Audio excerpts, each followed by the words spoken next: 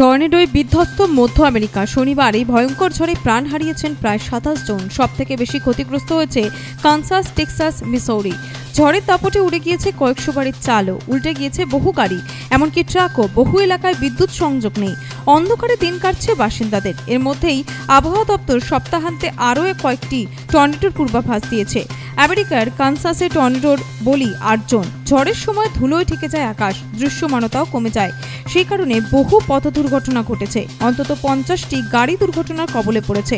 তাতেই মৃত্যু হয়েছে এই 8 জনের। মিসৌরি স্টেটের জাতীয় সড়ক নজরদারি সংস্থার তরফে জানানো হয়েছে, সেখানে ঝড়ের বলি 12 জন। পুলিশ জানিয়েছে, সেখানে ঝড়ের দাপটে বহু গাছ উপড়ে গিয়েছে। গাছ পড়ে ছিঁড়ে গিয়েছে বিদ্যুতের তার। অন্ধকার বিস্তীর্ণ এলাকা। বহু লোকজনকে তাদের বাড়ি থেকে উদ্ধার করে নিরাপদ জায়গায় সরানো হয়েছে।